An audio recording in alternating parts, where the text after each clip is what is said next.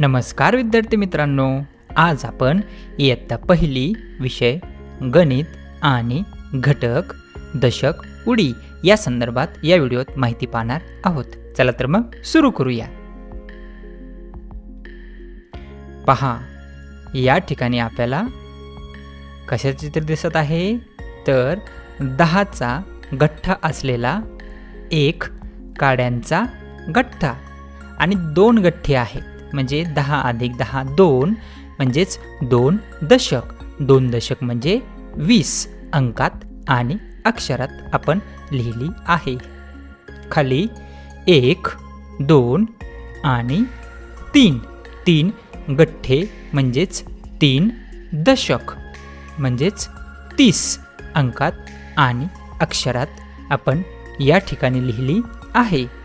त्यानंतर 10 काड्यांचा एक गठ्ठा म्हणजे 1 दशक, 2 दशक, 3 दशक आणि 4 दशक म्हणजेच 4 दशक। 4 दशक म्हणजे किती होतात?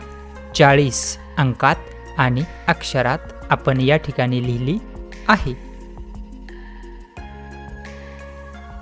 त्यानंतर विद्यार्थी मित्रांनो, आपण 10चा एक गठ्ठा 2 3 4 5 10 चे 5 गठ्ठे म्हणजे 5 दशक म्हणजेच 50 अंकात आणि अक्षरात आपण लिहिली आहे।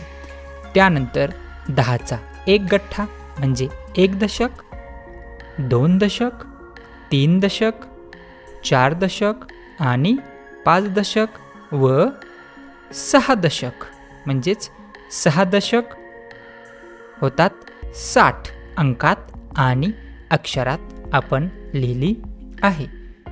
त्यानंतर 10चा एक गठ्ठा म्हणजे 1 दशक, 2 दशक, 3 दशक, 4 दशक, 5 दशक, 6 दशक आणि 7 दशक। 7 दशक म्हणजेच 70 ही संख्या अंकात आणि अक्षरात आपण या ठिकाणी लिहिली आहे। त्यानंतर मुलांनो, आपण 10चा एक गठ्ठा म्हणजे 1 दशक, त्यानंतर 2 दशक, 3 दशक, 4 दशक, 5 दशक, 6 दशक, 7 दशक आणि 8 दशक। आपण या ठिकाणी लिहूया 8 दशक म्हणजेच 80 अंकात आणि अक्षरात आपण 80 ही संख्या लिहिली आहे। त्यानंतर 10चा एक गठ्ठा म्हणजेच 1 दशक, 2 दशक, 3 दशक, 4 दशक, 5 दशक, 6 दशक, 7 दशक, 8 दशक आणि 9 दशक। या ठिकाणी लिहूया 9 दशक म्हणजेच 90 ही संख्या होते, ती आपण अंकात आणि अक्षरात लिहिली आहे। त्यानंतर मुलांनो, 10चा एक गठ्ठा म्हणजेच 1 दशक, आपण या ठिकाणी 1 दशक, 2 दशक, 3 दशक, 4 दशक,